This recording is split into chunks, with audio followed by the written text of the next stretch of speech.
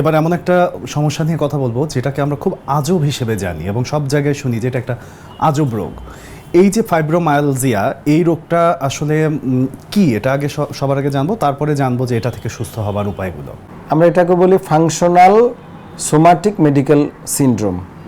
Somatic মানে শারীর সম্পর্কিত এবং ফাংশনাল।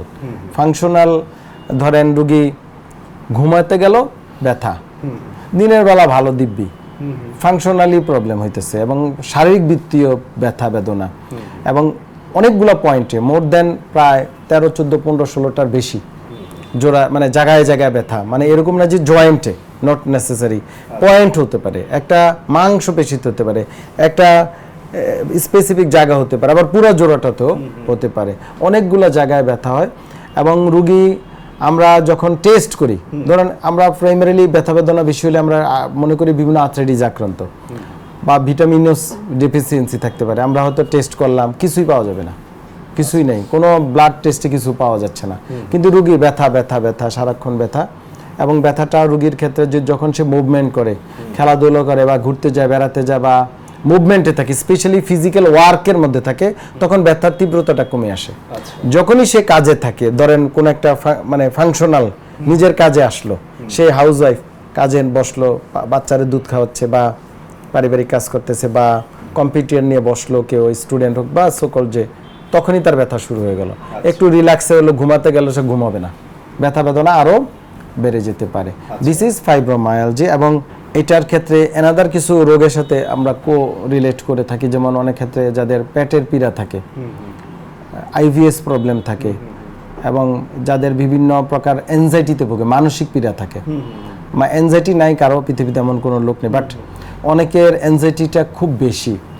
ধরেন সে এনজাইটিটা এরকম যে তার ব্যক্তিগত লাইফেও প্রবলেম ও প্রফেশনাল লাইফেও প্রবলেম, সব মিলেই। এবং অনেকে আছে মানুষ টু মানুষ ভেরি করে, কেউ এটা অ্যাংজাইটিটা কোপ করতে পারে, কেউ পারে না। যে পারে না তাদের এই জাতীয় রোগগুলা দেখা দিতে পারে, এবং পেটের প্রবলেম থাকে তাদের এই সমস্যাটা দেখা দিতে পারে। স্যার, এই যে ফাইব্রোমায়ালজিয়া, এই রোগটা হলে কি সারা জীবন ওষুধ সেবন করতে হয়? এখন প্রথম কথা হচ্ছে, এটার আসলে ঔষধের ট্রিটমেন্টটা অত একটা মানে প্রয়োজনও নেই, শুরুতে আমরা বলবো। এটা আমরা কজ বের করি যে কেন হলো, ধরেন তার ফ্যামিলিয়াল হিস্টোরি, সে কোথায় কি করে, তার পেশা কি, তার কাপল মানে এনাদার কোনো কে পার্টনার কি করে, বাচ্চা কাচ্চা আছে কি না, এগুলো আমরা দেখি। তার পেশাগত কোনো প্রবলেম আছে কিনা, এগুলো আমাদের আইডেন্টিফাই করা হয়। ন্যাচারালি আমরা অনেক সময় যে বললাম যে পেটের পীড়া থাকে কিনা, এই জাতীয় কোনো ডিজিজ, এগুলো যদি আমরা পেয়ে যাই এবং সেটা যদি কারেকশন রুগী করতে পারে এবং আমরা যে পরামর্শ দিই সেটাতে যদি রুগী চলতে পারে, এবং অ্যারোবিক বিভিন্ন এক্সারসাইজ যেমন সুইমিং, সাঁতার কাটা, হাঁটা চলা, সাইক্লিং, মুভমেন্ট মানে খেলাধুলা বেসিক্যালি, এবং পর্যাপ্ত পানি খাওয়া এবং ঠিকমতো সে লাইফস্টাইল মেনটেন করে। অনেকে আছে নিজেই রোগ তৈরি করে, কি করে, সারা রাত মোবাইল টিপে, সকালে তার অফিস আছে, কমন সমস্যা, একটা জেনারেশন কমন সমস্যা না। ধরেন একটা মানুষের, আমরা বারবার বলি অন্তত 6 থেকে 8 ঘন্টা ঘুম ন্যূনতম একটা সুস্থ মানুষের জন্য দরকার। এখন আপনি ঘুমাচ্ছেনই 4 ঘন্টা বা 2 ঘন্টা, আপনার সকালে আবার অফিসের একটা প্যারা আছে, আপনার টেনশন, স্কুল কলেজ, তো আপনি এই যে ডিলে, তো এটা তো সোমাটিক ডিসঅর্ডার হবেই, মানসিক সাথে শারীরিক বৃত্তীয় প্রবলেম। আপনি নিজেই তো জৈবিক প্রবলেমটাকে তৈরি করলেন, ঠিক না? আপনার দাম্পত্য লাইফে আপনি স্ত্রীকে সময় দিলেন না বা স্ত্রী হাজব্যান্ডকে দিল না, ব্যস্ত সবাই, তখন এই রোগগুলো আসবে। তো আমরা ফাইব্রোমায়ালজিয়া কিন্তু অ্যাড্রেস করি রুগীর মানে কেন হইলো, ওই কষ্টটা যে সেটা তার মানে শারীরিক বৃত্তি হতে পারে অথবা মানসিক বৃত্তি হতে পারে, এটা যদি আইডেন্টিফাই করা যায়, সেটা মিনিমাইজ করলে রুগী ভালো হয়ে যায়, সারা জীবন ওষুধের কোনো প্রয়োজন পড়ে না। আপনি যেটা জানতে চেয়েছেন।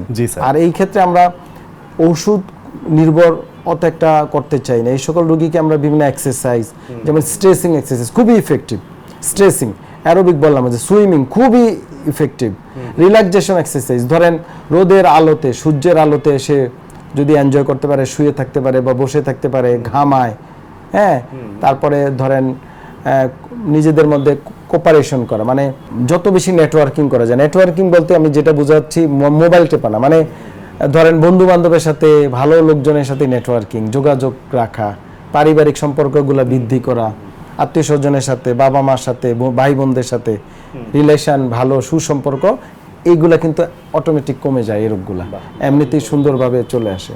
খুব সুন্দর একটি বিষয় বললেন স্যার। তবে একটা বিষয়ের সাথে আমি রিলেট করব, যে একটি কথা আছে যে সর্বাঙ্গে ব্যথা ওষুধ দেব কোথা। তো আপনার কথা থেকেই আসলো যে ওষুধ কোথায় দেব সেটা আসলে আগে নির্ধারণ করবে, এবং সেটা নির্ধারণ করার দায়িত্ব ডক্টরের শরণাপন্ন হতে হবে।